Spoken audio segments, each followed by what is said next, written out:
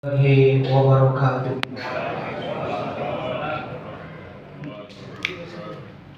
حمدا كثيرا طيبا مباركا فيه كما يحب ربنا ويرضى.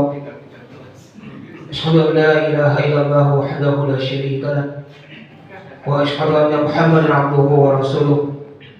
اللهم صل وسلم وبارك على سيدنا محمد وعلى آله وأصحابه أجمعين ومن تبعهم بإحسان إلى يوم الدين.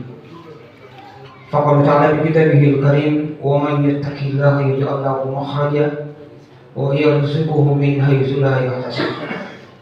صدق الله العظيم وصدق رسول النبي الكريم ونحن على ذلك من الشاهدين والشاكرين والحمد لله رب العالمين. اللهم ارحمنا بالقرآن. Bapak Ibu jemaah tarawih yang kami hormati insyaallah, semoga kita senantiasa berada dalam naungan rahmat, ridho, maghfirah dan kasih sayang Allah Subhanahu wa taala. Kesyukuran besar bagi kita semua pada malam hari ini.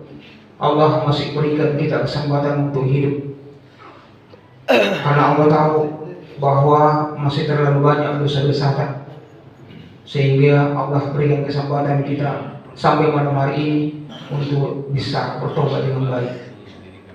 Semoga Allah tahu bahwa masih terlalu kurang amal-amal kita, maka Allah berikan kita kesempatan di malam yang ke-18 Ramadan untuk senantiasa meningkatkan kualitas amal ibadah kita. Semoga 17 hari Ramadan berlalu dari kita, semua amalia-amalia yang kita lakukan di dalamnya dicatat sebagai amal terbaik bagi kita di sisi Allah Subhanahu wa taala.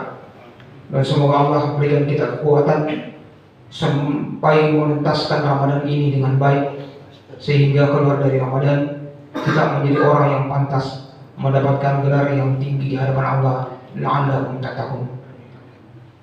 Mari kita berselawat kepada junjungan kita Nabi Muhammad sallallahu alaihi wasallam sembari memperbanyak mengucapkan Allahumma shalli ala Muhammad.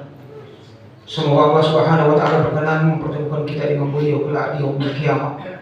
Dan semoga Allah Subhanahu wa taala kita semua berhak mendapatkan syafaat dari baginda Nabi sallallahu alaihi wasallam.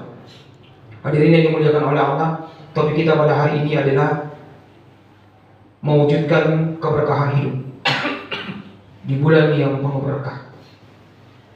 Ada satu hal yang sebenarnya persoalan itu sangat penting dalam kehidupan seorang muslim, tapi saat ini sudah banyak dilupakan oleh kaum muslimin. Apa itu kata berkah? Apalagi mohon maaf, dalam kehidupan manusia yang serba sulit sekarang, ada bahkan prinsip itu. Saya tidak tahu apakah ini candaan atau serius. Biasanya prinsipnya jangankan yang haram, jangankan yang halal, yang haram saja susah didapat. Nah, kalau prinsip seperti ini yang kemudian dipakai oleh orang, sudah bisa dipastikan bahwa dia tidak akan pernah peduli tentang keberkahan dari apa yang dia usahakan. Yang dia pikirkan bagaimana meraih materi sebanyak mungkin, tidak peduli apakah dengan cara yang halal atau dengan cara yang haram. Itu bahayanya. Bapak Ibu yang dimuliakan oleh Allah, padahal persoalan ini sebenarnya persoalan penting. Begitu pentingnya, setiap kali kita makan, yang kita minta kepada Allah itu adalah keberkahan. Dalam doa kita, Allahumma barik lana fima razaqtana. Menariknya, kita makan, tapi yang kita mintakan keberkahan bukan hanya makanan yang kita hadapi saat itu, tapi semua yang diberikan oleh Allah kepada kita, kita mohon supaya diberkahi. Kalau hari ini tidak dikasih oleh Allah umur, maka kita mohon kepada Allah fima razaqtana, berkahi itu umur. Kalau hari itu kita dikasih oleh Allah jabatan, maka kita mohon kepada Allah supaya jabatan itu diberkahi. Kalau Allah berikan kita harta, maka kita mohon kepada Allah supaya itu juga diberkahi. Itu yang kita mohonkan setiap kali kita makan. Bukan makanan yang kita makan, tapi semua pemberian Allah kita berharap supaya diberkahi. Bahkan Bapak Ibu yang dimuliakan oleh Allah, begitu pentingnya tentang berkah itu. Dalam satu hari, satu malam, tidak pernah kurang 9 kali memohon keberkahan kepada Allah untuk baginda Nabi Shallallahu Alaihi Wasallam. Padahal sebenarnya boleh tidak butuh. Di tahiyat akhir kita, itu kita selalu baca, wa barik ala Sayyidina Muhammad. Bagi yang pakai Sayyidina, yang tidak pakai berarti wa barik ala Muhammad wa ala ali Muhammad kama barakta ala Ibrahim wa ala ali Ibrahim. Ya Allah, berikan keberkahan kepada Nabi Muhammad SAW dan keluarganya, sebagaimana keberkahan yang Engkau berikan kepada Ibrahim alaihissalam dan keluarganya. Nah, menarik itu doa, Bapak Ibu yang dimuliakan oleh Allah. Kenapa kita memohon keberkahan kepada Allah untuk Nabi yang justru dikaitkan kepada keberkahan yang pernah diberikan oleh Allah kepada Ibrahim alaihissalam dan keluarganya? Ada apa dengan Ibrahim? Sebelum kita masuk ke situ, kita lihat dulu apa itu berkah. Para ulama memberikan pengertian tentang berkah. Di antaranya Imam Nawawi menyebutkan berkah itu adalah az-ziyadatul khair, bertambahnya kebaikan. Jadi gampang untuk kita raba bersama yang ada pada diri kita. Bapak Ibu yang dimuliakan oleh Allah, kalau usia kita berkah, maka ciri-cirinya adalah semakin bertambah usia kita, semakin tua kita, semakin banyak kebaikan yang bisa kita lakukan. Itu disebut dengan az-ziyadatul khair. Semakin tua kita, semakin dekat dan semakin taat kita kepada Allah. Yang keluar dari lisan adalah kebaikan. Yang senantiasa dilihat orang dari perbuatan-perbuatan kita adalah kebaikan. Itulah kenapa Nabi pernah dalam hadis qudsi itu bilang begini, Allah benci kepada anak muda yang suka bermaksiat, tapi Allah jauh lebih benci lagi kepada orang tua yang suka bermaksiat. Kalau anak muda bermaksiat, Pak, ibu mungkin bilang orang masih ada harapan, siapa tahu sudah menikah nanti nggak sadar-sadar. Ini kalau orang tua sudah tua masih bermaksiat lagi, maka kadang orang kita berpikir kapan mau sadar-sadarnya. Maka harusnya kalau usia berkah, semakin bertambah, semakin banyak kebaikan yang kita hadirkan. Kalau harta berkah, maka semakin bertambah kebaikan yang bisa kita lakukan, semakin banyak kebaikan yang bisa kita lakukan dari harta itu. Itulah yang disebut dengan az-ziyadatul khair. Maka Nabi mengatakan la hasada illa fisnataini. Tidak ada iri hati kecuali kepada dua golongan manusia. Di antara dua golongan manusia yang boleh kita iri hati adalah, kata Nabi, iri hatilah kepada orang kaya yang diberikan harta oleh Allah dan dia semakin mulia dengan kekayaannya. Bilang kita dalam hati, ya Allah, semoga saya juga sama dengan itu. Berikan harta kepadaku yang bisa membuat saya lebih kencang dalam berbuat kebaikan. Maka harusnya semakin banyak yang kita miliki, semakin mudah kita dalam beribadah kepada Allah Subhanahu wa Ta'ala. Bukan justru sebaliknya. Dengan harta itu justru kemudian kita semakin sulit.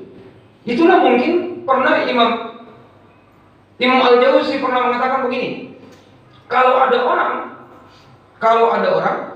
yang diberikan nikmat oleh Allah Subhanahu wa Ta'ala, tapi nikmat itu membuat dia semakin jauh dari Allah, maka pada hakikatnya itu bukan nikmat, tapi itu adalah orang itu sementara menghadapi musibah dalam hidupnya. Sebaliknya, ada orang yang diuji oleh Allah dengan kesempitan hidup, tapi dia semakin dekat kepada Allah Subhanahu wa Ta'ala, maka Imam Al-Jauzi mengatakan pada hakikatnya bukan musibah yang dihadapi, tapi dia sementara berhadapan dengan nikmat Allah Subhanahu wa Ta'ala.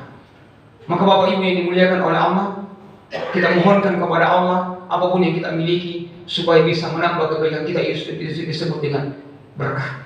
Sekarang pertanyaannya, bagaimana menghadirkan keberkahan itu dalam hidup kita? Ternyata Nabi SAW sudah memberikan rumusnya. Formula dari Nabi itu sederhana. Dalam hadis qudsi Nabi mengatakan, fa iza utitu raditu wa iza raditu baraktu. Kalau aku ditaati kata Allah, maka aku ridho, dan kalau aku ridho, maka aku berkahi. Artinya, untuk menghadirkan keberkahan dalam hidup kita sebenarnya sederhana. Apa itu? Taat. Karena Nabi dalam hadis qudsi mengatakan, Allah mengatakan kalau kita taat kepada Allah, maka Allah ridho kepada kita. Kalau Allah sudah ridho, maka pasti kita akan diberkahi oleh Allah Subhanahu wa Ta'ala. Syaratnya cuma satu, hadirkan ketakwaan, hadirkan ketaatan. Cuma pertanyaannya, taat yang bagaimana? Ketaatan yang harus kita miliki, yang harus dihadirkan dalam kehidupan kita untuk mengundang keridhaan dan berkah Allah Subhanahu wa Ta'ala itu adalah ketaatan yang sebagaimana disebutkan oleh Allah dalam Quran surat Al-Ma'idah surat Ali Imran 103 yang diulang-ulang khatib setiap Jumat. Ya ayyuhalladzina amanu taqullaha haqqa tuqatih. Wahai orang-orang yang beriman, bertakwalah kalian kepada Allah dengan takwa yang sebenar-benarnya. Bukan takwa yang sekedar diucapkan di lisan kita, tapi perbuatan kita tidak menggambarkan kita sebagai orang yang bertakwa. Bukan takwa yang kemudian taat kepada perintah Allah sebagian kemudian kita tinggalkan. Bukan takwa yang kemudian kita hanya mau tunduk pada aturan Allah yang sesuai dengan keinginan tak. Tapi yang bertentangan dengan keinginan tak itu kemudian kita tidak mau pakai, tidak mau terima, tidak mau tunduk kepadanya. Ada ibu-ibu yang pernah tanya saya, Ustaz, adakah perintah Allah itu yang sesuai dengan keinginan manusia dan tidak sesuai dengan keinginan manusia? Ada. Saya yakin puasa ini, Pak, Ibu, itu tidak sesuai dengan keinginan tak. Coba kalau dikasih ke semua pilihan, pasti tidak mau puasa. Kita bilang mereka masih mau tidur-tidur di jam-jam 3 harus mau makan sahur. Siang hari ada nasi, ada makanan kita tidak bisa makan. Kita punya istri yang sudah menikah, kita tidak bisa sama dengan dia. Itu tidak sesuai dengan keinginan tak? Menikah sesuai tidak dengan keinginan manusia? Sesuai. Makanya menikah itu banyak peminatnya. Jangankan yang belum menikah, yang sudah menikah saja kadang masih mau menikah. Kenapa? Karena memang sejalan dengan maunya manusia. Tapi ketaatan yang diminta oleh Allah bukan hanya ketaatan yang sesuai dengan keinginan tak. Lantas yang kemudian yang bertentangan dengan keinginan tak kemudian kita tolak. Nah tadi disinilah korelasi antara salawat kita yang kita mohonkan kepada Allah untuk Nabi Muhammad. Allahumma sholli ala Muhammad wa ala ali Muhammad kama shallaita ala Ibrahim wa barik ala Muhammad wa ala ali Muhammad kama barakta ala Ibrahim wa ala ali Ibrahim fil alamin innaka Hamidum Majid. Korelasinya adalah kenapa kita harus minta keberkahan yang pernah dititipkan oleh Allah kepada Ibrahim dan keluarganya. Ada apa dengan Ibrahim? Ternyata Ibrahim alaihissalam dan keluarganya adalah contoh terbaik di dalam ketaatan. Ibrahim alaihissalam telah memberikan contoh yang terbaik bagaimana kemudian dia harus tunduk, patuh, betul-betul tunduk kepada perintah Allah Subhanahu wa Ta'ala. Hatta itu perintahnya tidak sesuai dengan peri kemanusiaan, tidak sesuai dengan keinginan Ibrahim alaihissalam. Kita lihat Ibrahim alaihissalam puluhan tahun menikah dengan Siti Sarah, tidak dikasih anak. Bahkan dokter ahli kandungan pada saat itu kemudian mengatakan Sarah itu mandul, sudah tua. Maka kemudian menikahlah Ibrahim alaihissalam dengan Siti Hajar. Dari Siti Hajar lahir Ismail. Begitu lahir Ismail, hadirin yang dimuliakan oleh Allah Subhanahu wa Ta'ala, ujian pertama datang kepada Ibrahim alaihissalam. Apa ujiannya? Bayi yang baru lahir masih berdarah-darah ibunya disuruh untuk dibawa ke sebuah tempat yang tidak ada ciri-ciri kehidupan di situ. Yang kemudian dikenal di dalam ini kenapa disebut tidak ada ciri-ciri kehidupan, karena Ibrahim pun kemudian berdoa kepada Allah Subhanahu wa Ta'ala, Rabbana inni askunta min zurriyati biwadin ghairi zi zar'in inda baitikal muharram. Ya Allah, ya Tuhan kami, aku telah menitipkan sebagian dari keturunanku di sebuah lembah yang tidak ada tanamannya. Kalau tidak ada tanaman berarti tidak ada ciri-ciri kehidupan itu di sini. Tempatnya di mana? Indah Baitikal Muharram. Jadi ada tempatnya antara Bukit Safa dan Bukit Marwah dekat dengan Ka'bah. Hadirin yang dimuliakan oleh Allah Subhanahu wa Ta'ala, ini perintah dari Allah. Seorang ayah, mana ada seorang ayah yang lama kehilangan mendambakan seorang bayi, tiba-tiba bayinya lahir disuruh untuk kemudian dibawa harus pisah dengan dirinya. Tidak ada yang mau. Tapi karena ini perintah Allah, Ibrahim yakin bahwa di balik perintah Allah pasti ada kebaikan. Dilaksanakan. Istrinya pun kemudian bertanya kepada Ibrahim alaihissalam, ya Ibrahim, apakah ini perintah Allah atau mau sendiri? Sebagai seorang ayah dan suami yang kemudian punya hati nurani kemanusiaan, dia juga tidak langsung menjawab, Pak Ibu. 3 kali dalam riwayat itu kemudian ditanya oleh Siti Hajar, baru kemudian Ibrahim mengatakan ini perintah Allah. Begitu Siti Hajar dengar dari mulut suaminya bahwa ini adalah perintah Allah, maka Siti Hajar mengatakan kalau ini perintah Allah, maka Allah pasti tidak akan pernah membiarkan kita sendiri. Pasti Allah akan senantiasa membersamai kita. Bagaimana kebersamaan Allah yang ada dalam pikiran Siti Hajar tidak tahu. Pokoknya satu ini saja, kalau ini perintah Allah, maka pasti Allah tidak akan pernah melepaskan. Ditinggalkan oleh Ibrahim. Nah, di balik bukit Safa itulah lalu kemudian Ibrahim, doa yang saya sebutkan tadi itu dibaca oleh Ibrahim. Rabbana inni askunta min dzurriyyati. Ya Allah, aku telah menitipkan sebagian keturunanmu pada sebuah lembah yang tidak ada tanamannya. Yang demikian itu liyuqimus shalah. Rabbana liyuqimus shalah. Yang demikian itu kami lakukan agar mereka mendirikan salat. Maka jadikanlah sebagian hati manusia condong kepada mereka, dan karuniakanlah kepada mereka buah-buahan darimu, semoga mereka bersyukur. Ada dalam Quran surat Ibrahim. Hadirin yang dimuliakan oleh Allah, ditinggalkan oleh Ibrahim bersama dengan bayinya. Sudah tidak ada bekal. Ismail mau menyusui, sudah tidak ada apa yang keluar. Dalam kondisi seperti itu kemudian ikhtiar yang dilakukan oleh Siti Hajar adalah mencari air. Dia berkeliling, berlari ke sana kemari, melihat dari kejauhan sepatu ada musafir yang lewat sekedar untuk kemudian meminta tolong airnya. Ternyata tidak ada. Begitu dia lihat ke Bukit Safa, di Bukit Safa ada air, naik ke Bukit Safa. Begitu sampai di Bukit Safa ternyata tidak ada air yang didapatkan. Dia lihat di sekitarnya lagi, dari Bukit Safa kemudian dilihat dari kejauhan tidak ada manusia. Lalu kemudian melihat ke Bukit Marwah, di Bukit Marwah ada air, lari lagi ke Bukit Marwah. Ternyata sampai sana juga sama, tidak ada air yang didapatkan. Nah itulah yang sampai hari ini kemudian dia abadikan menjadi rukun umrah dan rukun haji, sa'i, berlari dari kecil antara Bukit Safa dan Bukit Marwah.